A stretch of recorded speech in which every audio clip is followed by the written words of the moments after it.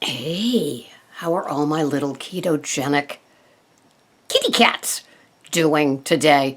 My name is Sarah, Pearls of Wisdom and Food with Keto, carbs under 20. It's wonderful. So I've been telling you, I did lose that one that I had gained, but I've been feeling this tightening. I called it abdominal tightening in a recent podcast. But then I was listening to somebody on my walk this morning, and she talked about it as leaning out. Well, I like that. It's a much more appropriate term, and it definitely sums it up. So leaning out after being on a keto food plan. I listened to two people, one a male and the other one a female. And the male went on it for 8 weeks just to see. And he's a professional, not cook for athletes, but how to cook for athletes. And he travels around the country and does seminars and all that kind of stuff. And he found he was stress eating and eating carbs, the grainy type, and things like that, because he was stressed out while traveling because it was hard to maintain a keto diet. And I am of the belief that it's just the exact opposite for me. I find that a keto-friendly food plan is just about the easiest thing to be transportable, to be able to portable program to take when traveling or going to an unknown, having unknown foods, right? The female was interesting. She was young, and her name began with Brenda, and I couldn't get the rest of it, and I tried to find it. I'm in the dark walking, so you know that scene. But her food plan is 20 to 30 grams of carbs per day, and then she does subtract the net fiber for the net carbs. So, but then she also has 180 grams of fat every day and about 120 to 150 grams of protein. I don't know how she fits that all into her body. But she did not start the keto diet because she wanted to lose weight. And she was careful to mention to us that keto is not really a weight loss food plan, that you will get excited by the whoosh of losing the initial poundage from the waterlogged carbs, because the grainy carbs that we eat just do get waterlogged, and then how it's a slow slog to begin to lose weight. But you can lose weight on it, and I'm doing it in the hopes of losing, a couple of lbs on the under 20 carbs. But anyway, she got me to thinking, and that's a dangerous thing to do. She started me thinking about the benefits of a ketogenic diet that have nothing to do with what the scale says. And I guess the first thing for me is that leaning out. I love that. Getting a definition of abs at 66 is like, are you kidding me? I waited all this time to have this? It's kind of exciting. And no, I'm not Stephanie Keto person by any means, but for 66, I do like that there is a definition underneath that rib cage and around my belly button. The other thing is sleep. My sleep is much more solid. I have 3 MyPillows, mypillow.com, 3 different sizes, the travel, a lighter packed, and then a more medium packed. And all through the night, I just switch them up, and it works, and a Tempur-Pedic mattress. And I get some good, solid sleep. Even my naps are kind of solid. And I have those sort of heavy dreams that I wake up and I kind of can remember what went on in the dream. And it's just interesting. So that's a non-scale victory. The leaning out is definitely a non-scale victory. Alertness is a non-scale victory. But I don't push myself. I know my limits. And I know my sharpest times are like before noontime. And my take it as you can, you get what you get, comes after noon. And because I've pushed I usually push before noon and try to get everything done, be it housekeeping, errands, cooking, all of those things. And then afternoon, I always think I'm going to end up on my little love seat here in my office with my either tablet or magazines or books or articles. And what happens is I just never quite reach over there because I start catching up on my favorite keto gals and their podcasts, and before you know it, it's time for dinner. Another non-scale victory is definitely energy, and it really is amazing. It's not like this huge push, like I feel like I want to run a marathon.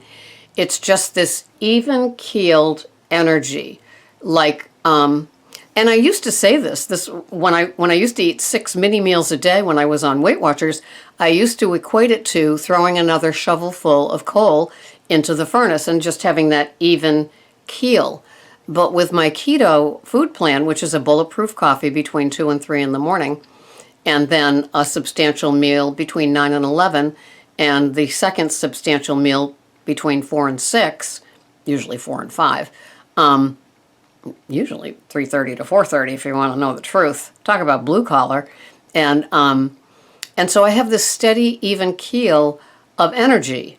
I have like this energy pie. I know, that I need to expend 80% of my energy by noon, and the 20% is going to be afternoon for me. I'm lucky. I work a couple of overnights. I don't work during the day. So I have a nice lifestyle of I can plan my heaviest energy needs in the morning. But it's also that steady as you go. It's kind of like my car operating on all cylinders. They're all working. It's steady. It's the same oomph in my car when I get in it to drive on a regular road, on a highway. If I'm tired in the afternoon and I'm driving my car is still at that even keel. And I know that I can push myself before noon. And it's a non-scale victory because being this way, I've discovered what indeed works.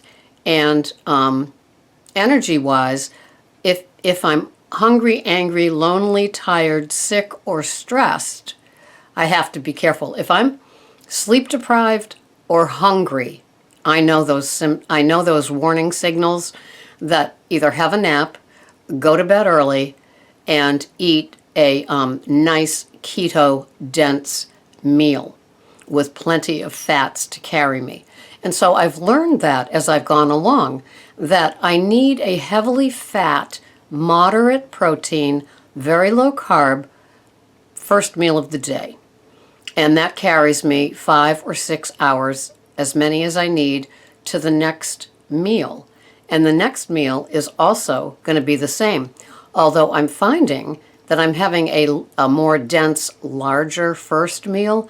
And then the second meal, like sometimes I've planned veggie, 4 ounces of meat, and a salad.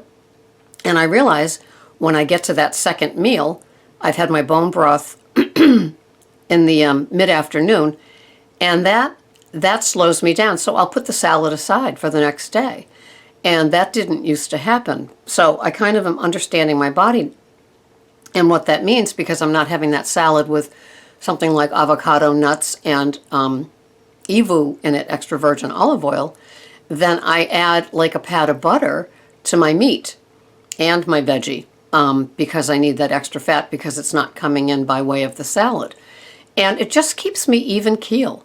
I keep my fluids up. I don't get to that place where in the old days, if I was dehydrated, I would think I was hungry. But now I know it's time to have a water, a tea, another coffee, a bone broth. But like yesterday, I had my second coffee with butter and heavy whipping cream, but it was a decaf. And because of the caffeine, I don't need afternoon. And I don't even notice any difference because I use a very, very strong decaf, which is Dark Magic, which is Green Mountain coffee, and in a Keurig pod. So, those are my non-scale victories. I love the leaning out feeling. I love my head being as clear as it can be for 66. I don't push myself in the afternoon because I know that that's just my cycle.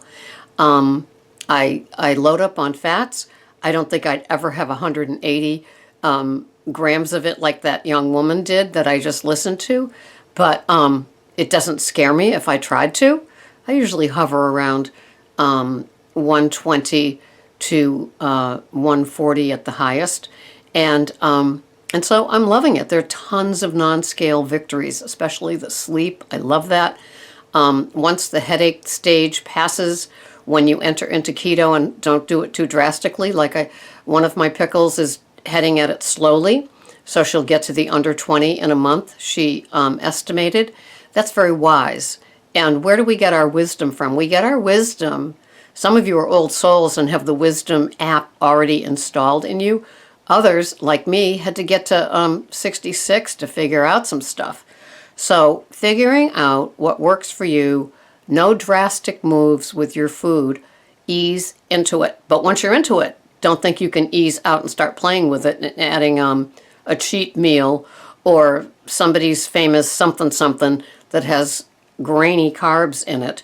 Nothing like that. I just mean easing into it with lowering your carbs a few each week, so you won't get that drastic keto flu that you will invite if you go from a standard American diet to a keto under 20, and you don't want to feel that way. That's a not fun feeling. That is a non-scale, non-victory.